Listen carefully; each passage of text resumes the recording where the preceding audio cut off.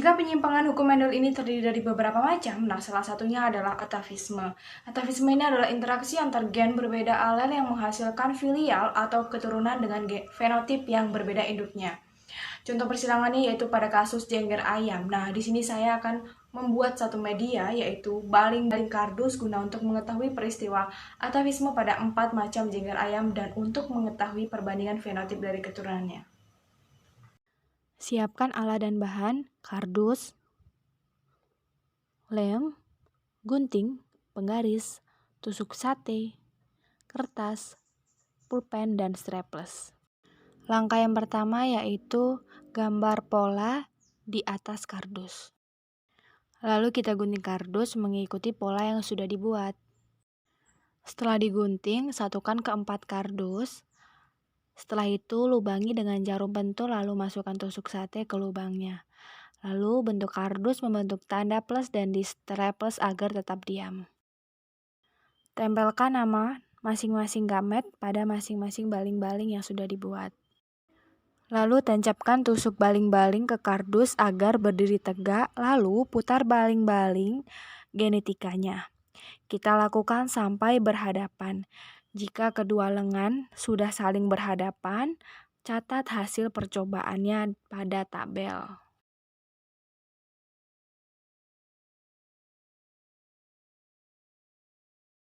Hal ini dilakukan terus berulang.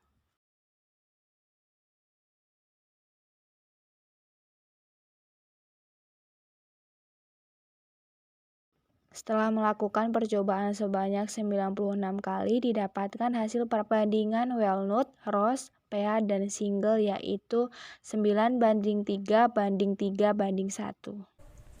Ada beberapa contoh dari penyimpangan semu hukum Mendel. Nah, di sini salah satunya yang saya akan jelaskan yaitu tentang atavisme. Atavisme adalah interaksi antar gen yang berbeda alel yang menghasilkan filial atau keturunan dengan fenotip yang berbeda dari induknya. Contohnya yaitu dalam kasus jengger ayam.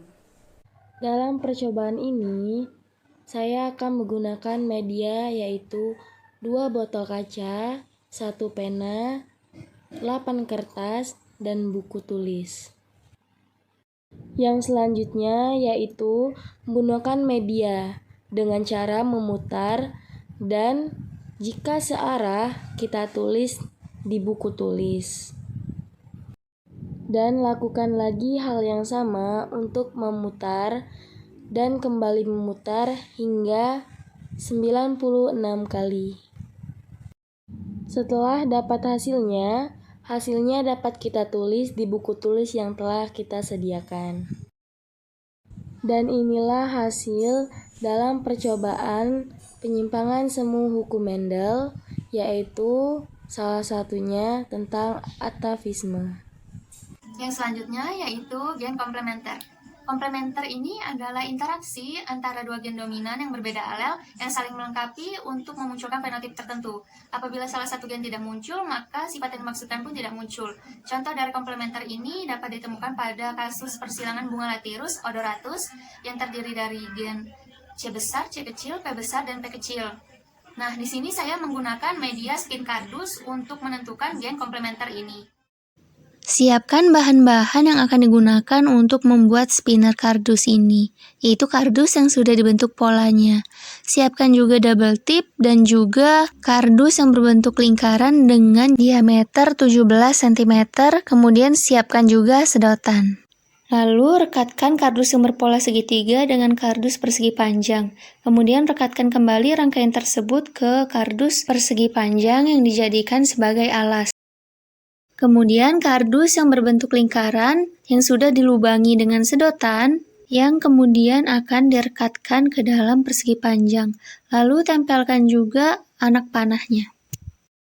Buat spinner satu lagi dengan cara yang serupa. Kemudian putar spinner agar dapat diketahui hasil yang akan muncul. Dan catat hasil spinner yang sudah dilakukan sebanyak 16 kali.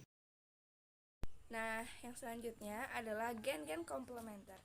Gen komplementer adalah interaksi yang terjadi antara gen dominan dengan sifat yang berbeda yang saling melengkapi sehingga memunculkan fenotip tertentu.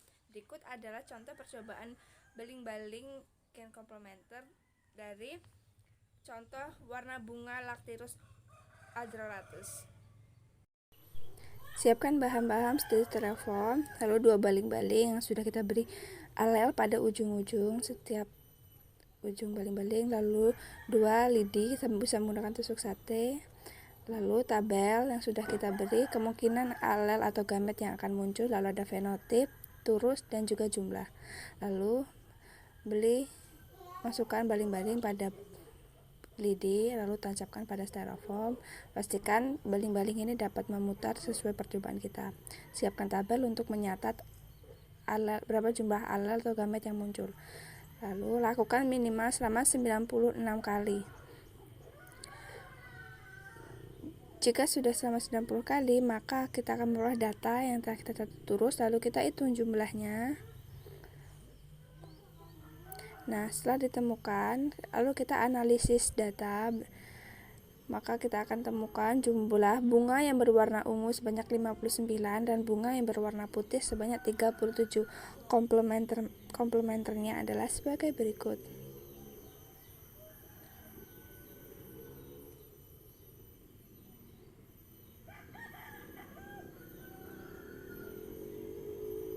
Nah, untuk perbandingannya adalah 9:7.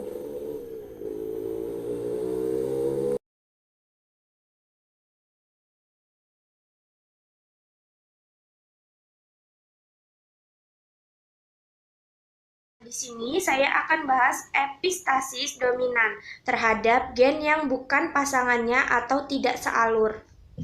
Contohnya itu adalah warna labu. Gen P besar epitasis terhadap K besar dan K kecil. Gen P besar itu menentukan sifat oranye pada labu, K besar menentukan warna kuning pada labu, K kecil itu menyebabkan warna labu. Labunya menggunakan kertas origami warna-warni, warna oranye, warna kuning dan hijau, lalu gunting dan pena untuk membentuk sebuah lingkaran. Alat peraga yang saya gunakan tadi adalah origami yang sudah saya bentuk bulat seperti labu, yaitu di sini ada labu oranye, lalu ada labu kuning, dan ada labu hijau. Mari kita simak contoh penjelasan contohnya ya. Bisa dilihat contohnya, perkawinannya antara labu oranye dan labu hijau dihasilkan keturunan P besar, P kecil, K besar, K kecil atau labu oranye. Nah, bisa jadi seperti ini karena P besar di situ menekan K besar. Jadi, karena ada P besar maka tetap labu oranye. Jika F1 dikalikan dengan F1, maka akan menghasilkan gamet yang lebih banyak macamnya. Seperti di tabel genotip yang memiliki P besar akan menghasilkan warna oranye.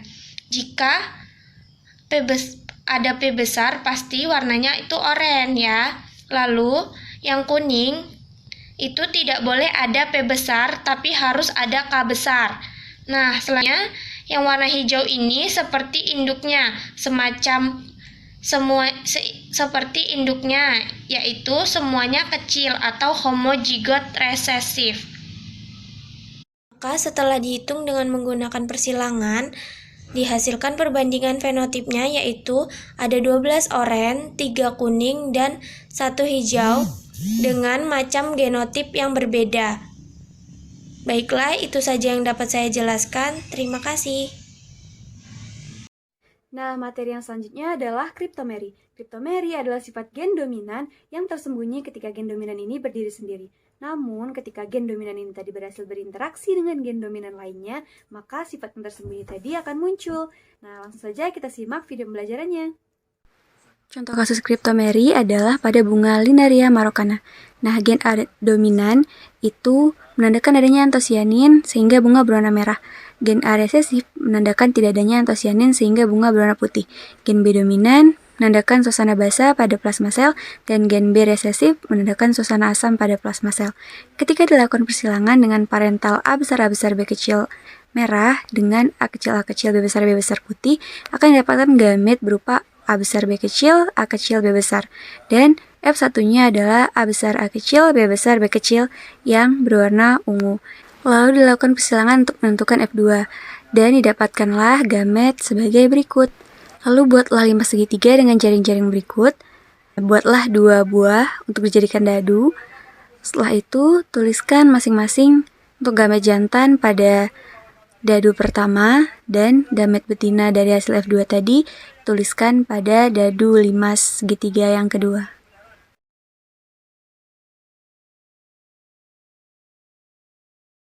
Setelah jadi, lakukan pelemparan dadu, lalu lihat di bawahnya itu adalah hasil gametnya, lalu catatkan pada kertas. Lakukan pengocokan dadu ini sebanyak 48 kali kocokan. Dan jangan lupa setiap kocokan dicatat.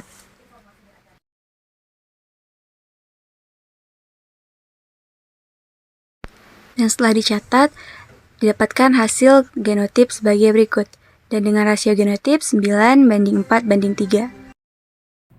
Halo, saya akan membahas tentang polimeri. Polimeri merupakan persilangan heterozigot dengan banyak sifat beda yang berdiri sendiri-sendiri, tetapi mempengaruhi bagian yang sama pada suatu organisme. Di sini pas isinya sudah dibulat-bulat, itu ada 24 sampel masing-masing, lalu kita masukkan ke wadah yang berbeda. Lalu kita tutup mata untuk mengambil sampel. Hijau-hijau, kuning-kuning, orange, hijau-hijau, orange,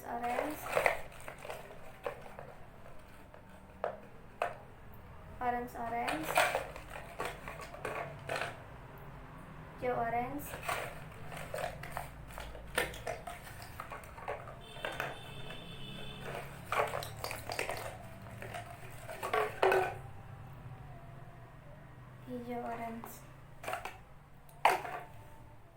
Jangan lupa untuk mencatat sampel yang telah tadi.